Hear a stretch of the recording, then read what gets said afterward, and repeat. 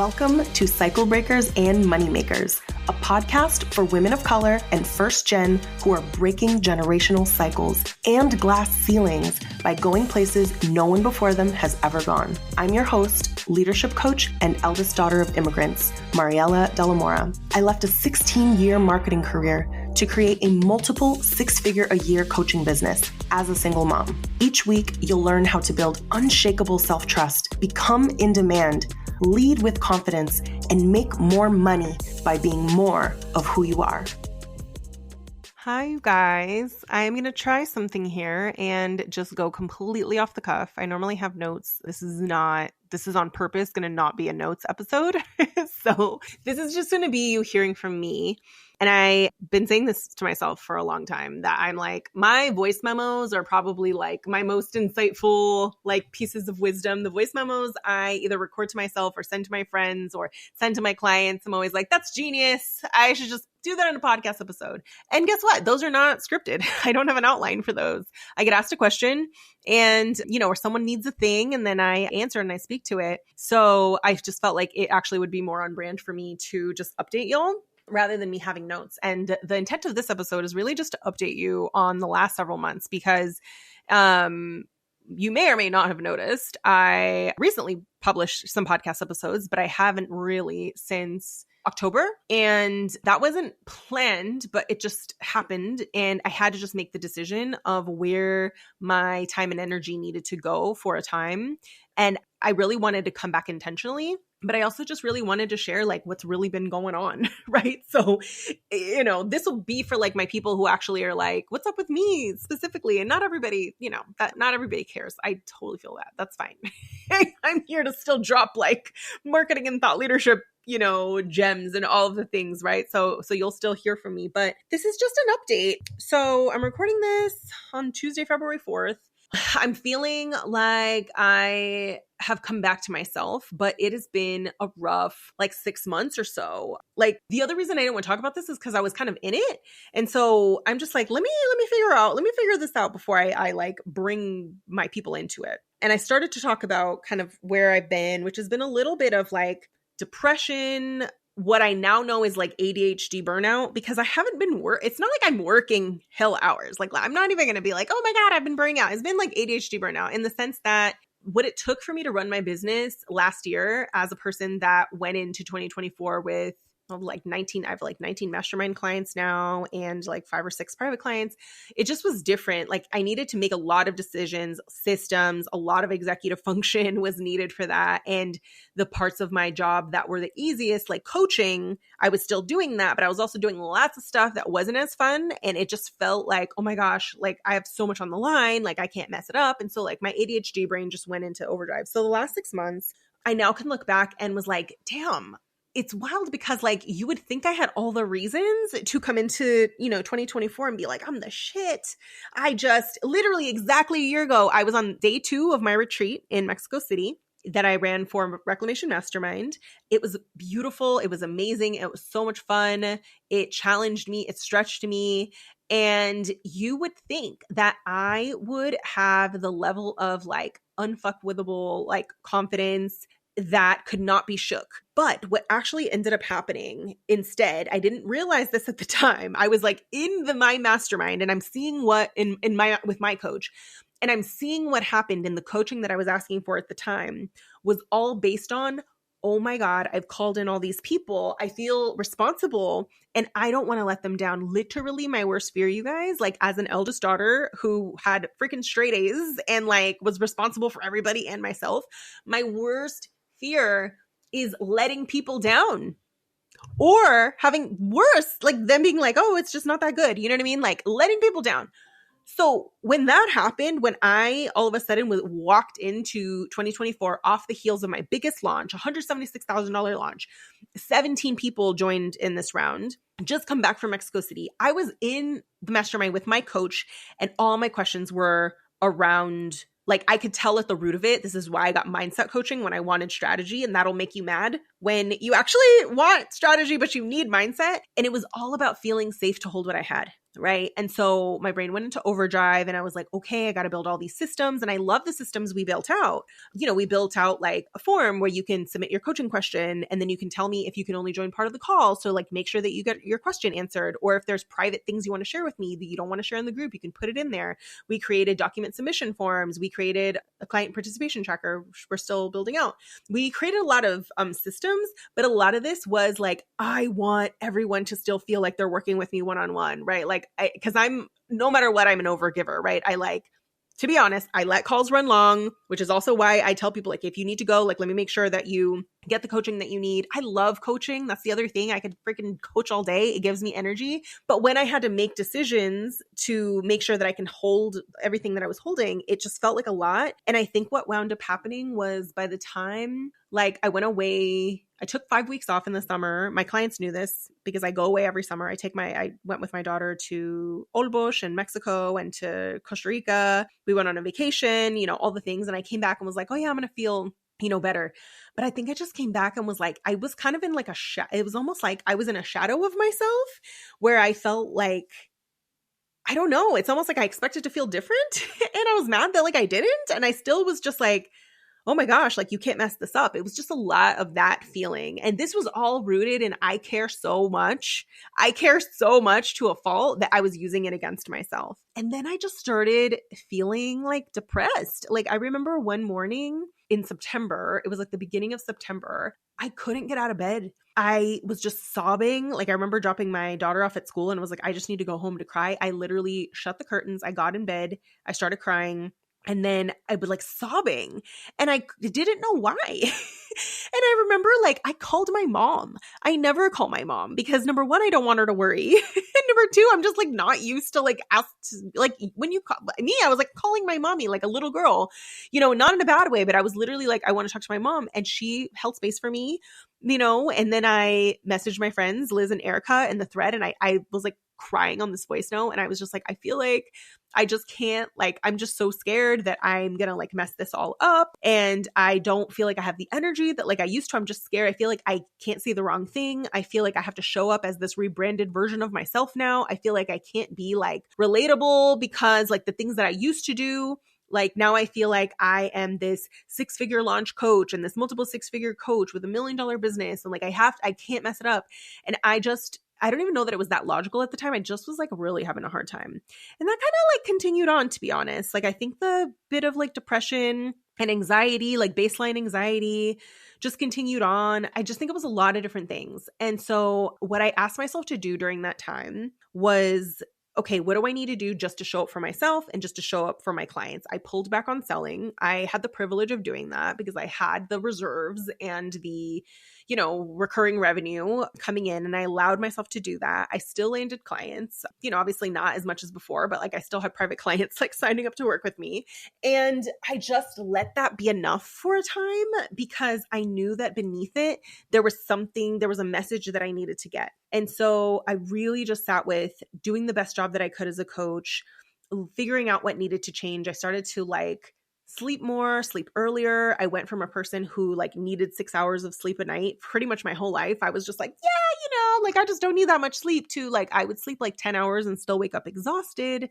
I started taking weekends off and was just like, you know what? I just want to be present with my baby. I'm going to be okay. I just need to give myself this time to just be with myself and just like rest and really think about how I wanted to like emerge from this. Who do I want to be on the other side of this? And that started with who I was being with myself at the time. I started working with my somatic coach again, who was a member of my mastermind for 2 years, Yudi.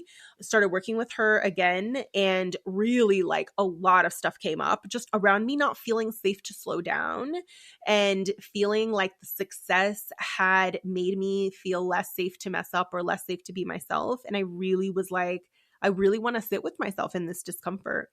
And then at the same time, this is in October, at the end of October, my OBM at the time messaged me on the morning of October 29th and said, we're closing the agency down. October 31st is your last day. It's everyone's last day. We're shutting the agency down. And I was just about to go into a launch of Reclamation. We were supposed to launch on December 4th. So I think coupled with me emerging from this like depression and ADHD burnout and just feeling, really not myself, and learning to feel safe in the slowness and the stillness, then I all of a sudden like lost my OBM. I had just let go of my podcast manager. I had this thought that like, oh, I'm going to just try to do it myself. Clearly did not do it myself because I'm coming to y'all 3-4 months later. But at the time, it all just hit at the same time. And I just was like, you know what? I'm going to postpone the launch of Reclamation. We're going to move it to February. So it's now February 18th. I am going to take my time finding a new OBM because this is such an integral part of my team that I really want to find the right person. I found the right person. I had 100 people apply for this role, and my OBM now couldn't start till January. And I was like, that's absolutely fine. This actually gives me almost like an excuse to just be like, slow down, Mariela.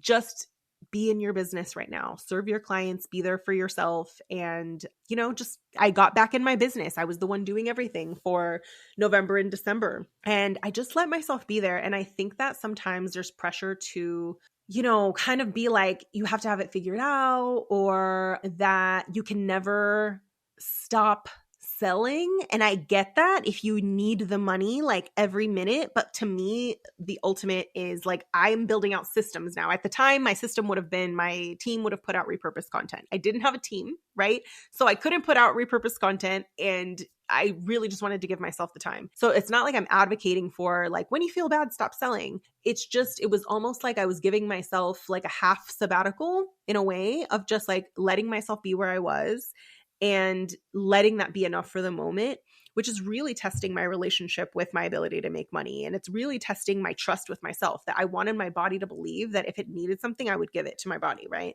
So November and December, I feel like I truly let myself like recover, that I started to feel better. I started to feel more like myself. Things that I was saying no to at the beginning, like people were inviting me out to do stuff. And I was like, oh my God, like my FOMO was saying that I should say yes, but I literally didn't even want to go and do stuff. Like, that's how I knew I was off. And so that started to come back. It started to come back a little bit. And I knew that December was going to be like a really big healing month. And so I just let that time pass. Like I wanted to just be there and be present for this time. So December then was going to be a big month because my daughter's father, my ex-husband, was coming into town for 2 weeks.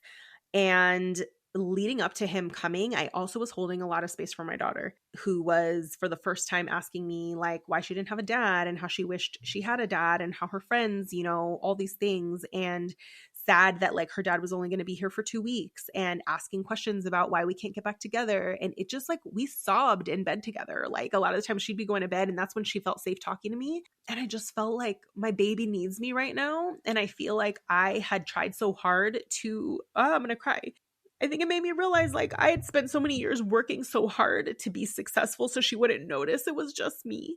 And it sounds so silly to think that now, of I'm working so hard so my daughter doesn't notice that she doesn't have a present dad. Like that's always been, I think, a thing in the back of my mind.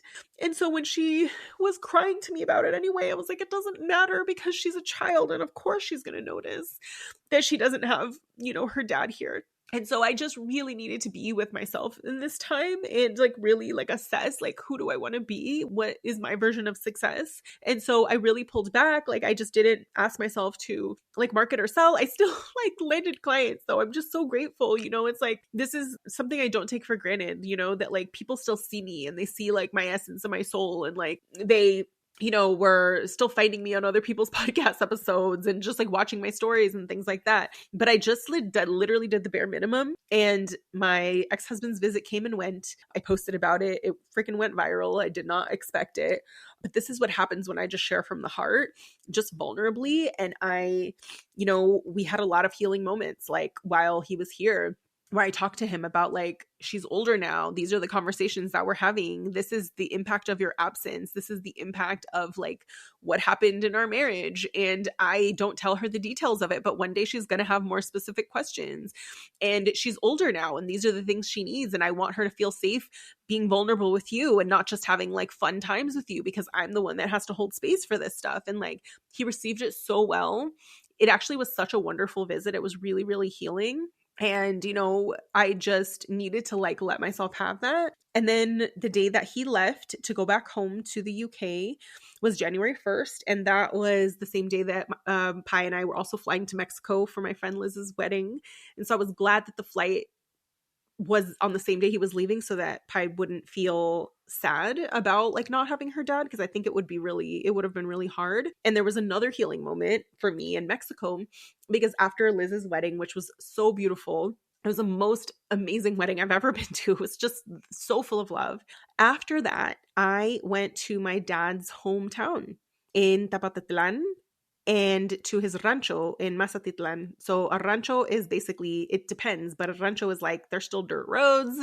You know what I mean? It's farms. Like it's the little town. It's a ranch. It's a ranch versus a little pueblito. And I just had felt called to go. I was like, if I'm going to be landing in the same airport and it's an hour to go to my dad's hometown and it's 2 hours to go to Liz's wedding, I'm going to come after Liz's wedding and I'm going to go and I want to go see where I'm from. So I just feel like I've been being called by my ancestors now to be like, okay, Mariela, you want to do this work of helping first gen? Like, let's go. You know, you've been enjoying success like all of these years. Now it's time to go deeper. And so I went to Tepatitlan, which is the slightly larger city. It's like a little village, like a little pueblito. It's a small city. It's a city, not a big city, but it's a city. So I went to Tepa and I saw my family that I hadn't seen in a few years. I hadn't seen them since my grandma's funeral. And I was expecting that I would feel like a stranger.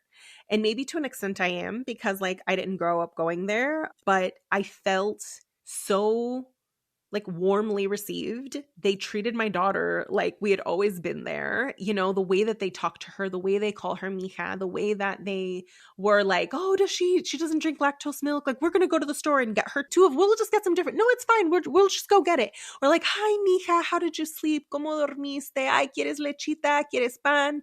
It just felt like, oh my God, I was thinking that I was like a stranger and I'm family here. And they took me, like they picked me up from my hotel. They took me to my dad's rancho.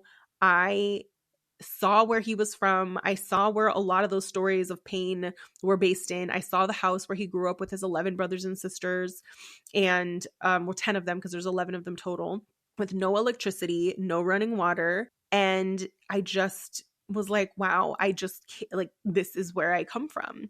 And I just felt so grateful to come there and be like, I was able to take several months off of selling to just like tend to my emotional state. And I'm here as a single parent, like bringing my daughter, like how much more privilege and access do I have, you know, as a result of this little ranchito where my dad grew up. And, you know, I'm grateful to still have my tias and for them to be able to pass along those stories. And I knew that in my lifetime, I was meant to capture all of these stories and to understand where I came from, because I think it also helps me go deeper with like the first gen, you know, with my first gen community, because we carry so much of that like responsibility, that guilt, even of success, right? Even of success. And so I just think that in order for me to continue to be that vessel, in order for me to continue to be this mentor, like I just keep feeling called to go deeper with myself. And that's a lot of what the last few months have been. I feel like I've emerged like as a person that has even more compassion, who can hold anything, right? I can hold all of your stuff.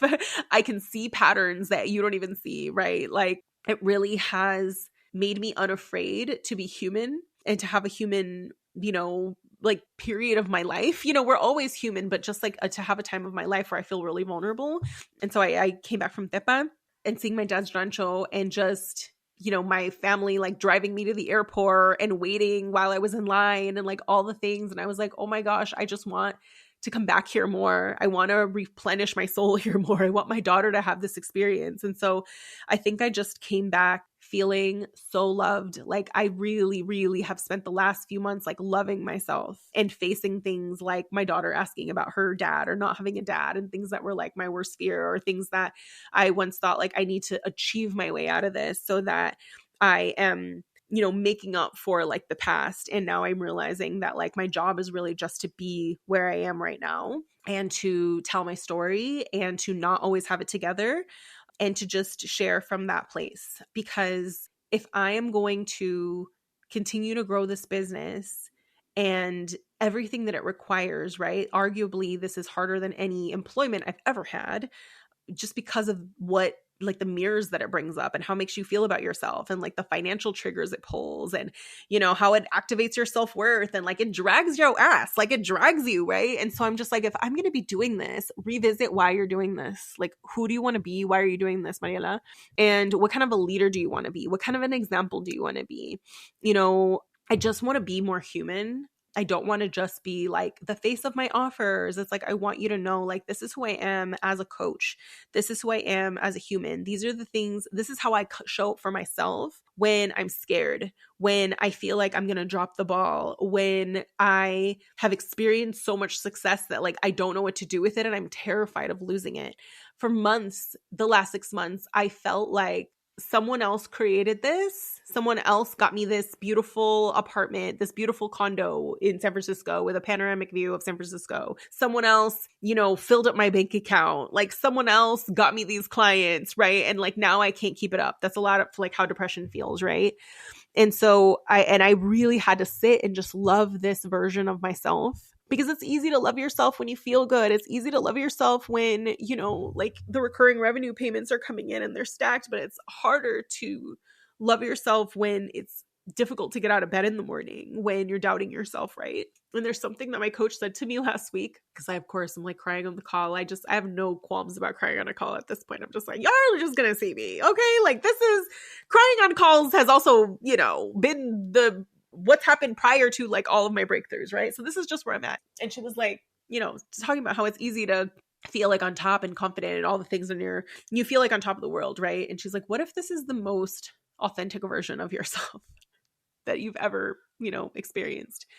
And that felt really true. I'm like, this is just me recording this podcast episode with no notes. As the sun is going down, it's getting dark in my room as I like don't have tissue. And I'm just like, I should have gotten tissue. I knew I was going to cry recording this, telling you what's happened over the last year, knowing that former me is like, you can't say that because then you don't look like an expert and like you have your shit together. And I'm just like, this is real business, you guys. Like this is inevitably what's going to happen. I'm going into year 6 of my business. I've been in business for 5 years. I just turned 44. Last Friday was my birthday. And my 5-year anniversary for my business is coming up at the end of next week. And I'm just like, there is no way you will go through business without having hard shit happen in your life or having a really, really tough season or year or a couple of years in business. You know, it's almost like going into a marriage thinking that it's going to be the honeymoon period all the time. And it's not. And what happens is in like a marriage, I've been married, that how you show up for those darker times actually deepens the love that you have for each other, because you have to sit with like the things that you think are unlovable about yourself and let someone see them, right? And that's how I feel now in this season of business, is that I had to sit with what did I think was unlovable about myself? Productivity, like having a hard time being productive, somebody who doesn't need a lot of sleep, right? Somebody who's always defining herself by her numbers and like how much money she's made this month, right? Like I really had to sit with that and was like, that's not sustainable, because I'm not really actually being kind to myself if I'm only praising those things about myself and not the other things. And I only love myself when I'm, you know, winning according to these standards. And so I really wanted to share this because I just think we need more honest conversations about business, about life. And I don't want you to be afraid to be human in business. I don't want you to be afraid for things to happen. I want you to know that it is okay, that your business, there's plenty of room for your humanity if you want there to be. You don't have to perform. This is why the way that, you know, I've always grown my brand was like, I don't want to have to perform. I had to do this so much in corporate. My brand is always going to be like authentic and vulnerable. It's going to be storytelling based. If I don't want to, you know, have to show up as someone behind a podium with like a little pointer stick with like a presentation and all the answers, right? Like I am her, I'm a marketing queen, like, right? I can be her, but I also am like, I have hella emotions and I have sad days. And I went through a year of, you know, some tough times and depression and having a hard time getting out of bed, and really had to just like believe that I guess I was worthy of all of the things that I received, even on the days that I didn't feel good. And that also my worth wasn't defined by those successes, that I still was equally a beautiful, worthy person, even when I didn't have the 176K launch because I had a hard time even just doing basic shit that day. And it made me have to define what I love about myself that isn't achievement based. Like, what do I love about myself besides $1 million business as a single mom, 16-year marketing director, like leading international teams, like 6-figure launch? Like, what do I love about myself? And I really had to sit with like, I am such a great friend. Like, anybody that is my close friend is, gets loved on so much by me. Like, I am so generous. I will pour my heart out for like the people that I love. I will have your back more than my own. I will fight for you. I am the best mom. I really am the best mom. And my friends will tell me all the time, and this is hard for me to like admit it to myself, but like, I'm such a good mom, and I adore my daughter. I love spending time with her. She's my favorite person in the entire world, which should go without saying, but like, I honestly love spending time with her. She's so sweet, kind, funny, loving. Like, I just want to be with her. Like, I never get tired of being with her. She is my little rainbow baby, and I just want to give her the best of everything in the world, but she also deserves the best of me. And so even if I don't do it for myself, I do it for her, right? So I'm a great mom.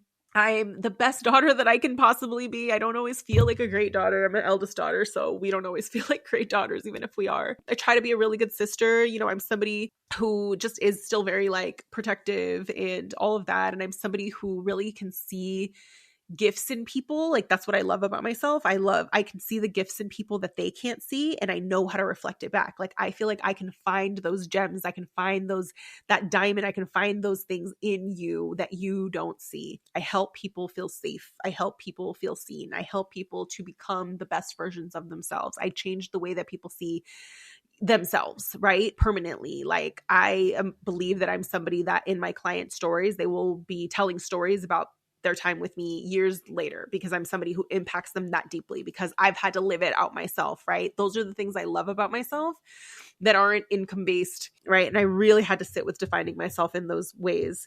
And even some of those are a little bit achievement based because it's who I am for other people. Like, but cut me a break. I'm trying here. There's a lot of things that I love about myself that aren't, about who I am for other people, but I also love who I am for other people. And I wanted to share this with you because even when you're winning, it can still feel hard to love yourself regardless, and not to then get trapped by defining yourself by just those winning moments, right? And so I hope that this just brought to light, some just realities behind business. And I hope that it helps you move forward more unafraid for things to happen and not feeling like you have to put those things in a box. If you go through a really hard season of your life, or a loss, or grief. I know right now lots of us are dealing with a lot of uncertainty over this new administration and like all the shit he's doing.